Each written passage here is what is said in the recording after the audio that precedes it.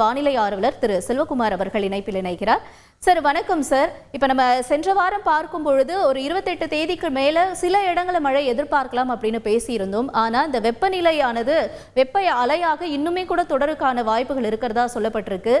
என்ன நிலவரம் நீடிக்கும் சார் இப்ப வரக்கூடிய நாட்கள்ல 2ஆம் தேதி வரைக்கும் நம்ம என்ன எதிர்பார்க்கலாம்? வணக்கம் அம்மா. வணக்கம். அதாவது இந்த மாத இறுதியை விட மே மாத முதல் வாரத்துல இப்போ உள்ள சூழ்நிலையை பார்க்கும் பொழுது வெப்பம் மிகுதியாகவே காணப்படும் என்று எதிர்பார்க்கப்படுகிறது. இந்த மாத இறுதியில எதிர்பார்க்கப்பட்ட மழை பொழிவு நேற்றைக்கு தூத்துக்குடி மாநகர்ல, அதாவது மழைமானி பதிவாகவில்லையே தவிர மழைமானி உள்ள இடத்தில் மழை பொழியவில்லை. ஆனால் தூத்துக்குடி கடலோரத்திலையும் தூத்துக்குடி மாவட்டத்தோட வடக்கு உள்பகுதியிலையும் நேற்றைக்கு மழை பொழிந்தது. அதே போல கன்னியாகுமரி மாவட்டம் நாகர்கோவிலிருந்து இருந்து கொல்லங்கோடு வரைக்கும் கடலோர பகுதிகளில் உள்பகுதிகளில் மழை பொழிவு இருந்தது. இப்படி இந்த ஓரிடங்கள்ல மட்டும் நாம் எதிர்பார்த்த நிலையில அந்த மழை பொழிவு இருக்கிற நிலையில இன்றைக்கு கூட இலங்கையில மழை பொழிவு தொடங்கி இருக்கிறது. அது கடலோர பகுதிகளுக்கும் வந்து கொடுக்கும், மலைப்பகுதிகளுக்கும் வந்து கொடுக்கும். ஆனால் இந்த மழை பொழிவு எல்லாமே வெப்பசரண இடிமழை பொழிவு தான். இப்பொழுது உள்ள வானிலை அமைப்பை பார்க்கும் பொழுது வங்கக்கடலிலே உயரழுத்தம் வலுவாக இருக்கிறது, அரபிக்கடலிலும் உயரழுத்தம் வலுவாக இருக்கிறது. உயரழுத்தம் என்றால் 24 மணி நேரமும் குளிர்காற்றை அனுப்பக்கூடியது. காலை பொழுது விடியும் பொழுது கூட சென்னையில கிழக்கு வானம் சிவந்திருந்திருக்கும். காரணம் அதிகப்படியான ஈரப்பதம் இருக்கிற காரணத்தினால வானத்தில் அந்த சூரிய ஒளிரக்கூடிய சிவந்த நிறம் நிறப்பிரிகையால் சிவப்பாக கொடுக்கிறது. அதுவே கடலோரம் ஈரப்பதம் மிகுந்திருப்பது உணர முடிகிறது. காரணம் உயரழுத்த குளிரடை. பொழுது விடிந்ததும் வெப்பம் உயர்ந்ததும் குளிரடையில் இருக்கக்கூடிய ஈரப்பதமானது வெப்பத்தால் லேசாகி மேலெடுந்து உள்ளே செல்ல செல்ல இருக்கும் ஈரப்பதமும் லேசாகி எடை குறைந்த காற்றும் லேசாகி எடை மிகுந்த காற்றும் லேசாகி வெற்றிடத்தை உள்ளே போய் ஏற்படுத்துகிறது. அதன் அடிப்படையில் தான் வெப்பம் அனலாக மாறி உள்ளே இருக்கிறது. அதன் அடிப்படையில இன்றைக்கு வெப்பம் ஈரோடு நேற்றைக்கு இருந்த அளவே இன்றைக்கும் இருக்கும். திருச்சி மற்றும் மதுரை எல்லாமே நேற்றைக்கு இருந்த அளவு இருக்கும். இப்போ இன்னும் வரக்கூடிய நாட்களில திருச்சி, மதுரை மற்றும் சேலம், ஈரோடை போலவே அதாவது வேலூர், திருத்தணியும் உயரும். ஆம்பூர் உள்ளிட்ட பகுதிகள், திருவண்ணாமலை பகுதிகள், இங்கே கள்ளக்குறிச்சி மாவட்ட பகுதிகளும் படிப்படியாக வெப்பம் உயரும். அதாவது ஈரோடு மாவட்ட வெப்பநிலை இப்ப இருக்கக்கூடிய 42.50, அதாவது 108 டிகிரி 109 என்பது தொடர்ந்து இந்த 109 டிகிரியிலேயே இருந்து கொண்டிருக்கும். அதிகபட்சமாக இந்த மாத இறுதியில, அதாவது 30ஆம் தேதி நாளை வரக்கூடிய மே மாதம் 1, 2, 3, 4 தேதி வரைக்கும் இந்த 109 உயர்ந்தால் ஈரோடுல 110 தான் எட்டும். ஆனால் இதை விட கூடுதலாக போகிறது மத்திய மாவட்டங்கள். அதாவது அரபிக்கடல் காற்று, உயரழுத்த காற்று மகாராஷ்டிர பகுதியிலிருந்து கர்நாடகா எல்லையோர தமிழ்நாட்டில் வந்து தொடப்போகிறது. வங்கக்கடல் உயரழுத்த காற்று இலங்கையிலிருந்து டெல்டா மாவட்டங்கள், தென் மாவட்டங்கள் வழியாக வட உள் மாவட்டங்கள்ல குவிக்க போகிற காரணத்தினால இரு காற்று வெப்ப அலையை கொண்டு வந்து வட உள் மாவட்டங்கள்ல குவிக்க போகிறது.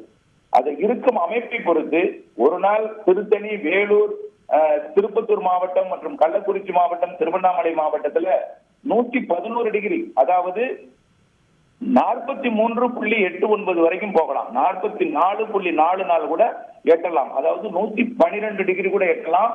ஆனால் வேலூர், திருத்தணி 111க்கு சாதகமான வாய்ப்பு இருக்கிறது மே 1, 2, 3, 4 தேதிகளில். இது திருத்தணி மற்றும் வேலூர் மட்டும் அமையாது. ஒரு சில நாட்கள் அதே 111 திருச்சி கூட எட்டலாம். காரணம் இருகாற்று இணைவு, மேற்கு காற்றோட வேகம், பாலக்காட்டு கணவாயிலிருந்து வரக்கூடிய காற்றோட வேகம் அதிகரிக்கும் ஒரு சில நாள். அப்பொழுது கிழக்கு காற்றும் மேற்கு காற்றும் சந்திக்கும் இடம் திருச்சியாக கூட அமையலாம். அப்பொழுது ஈரோடை விட திருச்சி வெப்பம் கூடுதலாகும். ஈரோடை விட சேலம் மற்றும் பெரம்பலூர் வெப்பம் வரும். இது மதுரைக்கு கூட உயர்த்துவதற்கு வாய்ப்பு இருக்கு ஓரிரு நாள். அது மதுரை கூட 111 எட்டலாம், பாளையங்கோட்டை கூட 111 எட்டலாம். ஆக ஆரல்வாய் மொழி முதல் ஆந்திர எல்லையோரம் வரைக்கும் உள்ள மத்திய பகுதி வரக்கூடிய நாட்கள்ல வெப்பம் உயரும். ஈரோடு வெப்பம் இதே நிலையில் இருக்கும், 109 இருக்கும். இனிமேல் வரக்கூடிய நாட்களிலே மத்திய மாவட்டங்கள் வெப்பம் உயர்வதற்கு வாய்ப்பு. அதுவும் உச்சபட்ச மிக எச்சரிக்கையாக இருக்கக்கூடிய, அதாவது மதிய நேரத்தை முற்றிலுமாக அனைவரும் தவிர்த்து இல்லத்திலேயே இருக்கக்கூடிய நாள் பார்த்தீங்கன்னா மே 1 - 4ஆம் தேதி வரை. இந்த 4ஆம் தேதிக்கு பிறகு வெப்பம், அதாவது அக்னி நட்சத்திரம் தொடங்கி இருக்கிற காலத்துல வெப்பம் தணிந்து மழையாக மாறி இருக்கிறது. ஒரு மகிழ்ச்சியான தகவலாக உங்களுக்கு இந்த அறிக்கையில நான் சமர்ப்பிக்கிறேன். அதாவது மே மாதம் முதல் 4 நாள் அதிக வெப்பத்தை கொடுக்க போகிற அதே நிலையில 2ஆம் தேதியிலிருந்து கர்நாடக எல்லையோரத்துல இருகாற்று இணைவு ஏற்படுத்தி வெப்பசலன இடிமழை பொழிவை திருப்பத்தூர் மாவட்டம் தொடங்கி நீலகிரி மாவட்டம் வரைக்கும் உள்ள கர்நாடக எல்லையோர பகுதிகளிலையும் 3ஆம் தேதி 4ஆம் தேதி வாக்கிலே கேரள எல்லையோர பகுதிகளிலையும் 5ஆம் தேதி 6ஆம் தேதி வாக்கிலே அனைத்து மேற்கு மாவட்டங்கள் தென் மாவட்ட பகுதிகளுக்கும் வெப்பசலன இடிமழை பொழிவை கொடுக்க போகிற நிலையில வெப்ப அலை என்பது அதாவது அனலாக இல்லாமல் ஈரப்பதம் கூடுதலாக இருக்கிற காரணத்தினால சூடு குறைந்து புழுக்கம் அதிகரித்து வியர்வையை அதிகப்படுத்தக்கூடிய வானிலையாக மாறும் வரக்கூடிய மே மாதம் 7-8 தேதிகளிலே 7-8 தேதிகளிலே சென்னை உள்ளிட்ட கடலோர மாவட்டங்களுக்கு கூட மழை பொழிவு கிடைப்பதற்கு சாதகம் தெரிகிறது. அதாவது மே மாத 2வது வாரத்துல கடலோர மாவட்டங்களுக்கு மழை பொழிவை கொடுக்கலாம். ஆனால் தென்கடலோரத்திற்கும் டெல்டா உள்ளிட்ட கடலோர பகுதிகளுக்கும் எட்டுமா என்பது சிரமம். ஆனால் வடகடலோரம் வட உள் மாவட்டங்கள் டெல்டாவின் உள்பகுதி தொடங்கி மேற்கே வரைக்கும் மே மாதத்துல 2வது வாரத்துல மழைக்கு சாதகம் இருக்கு.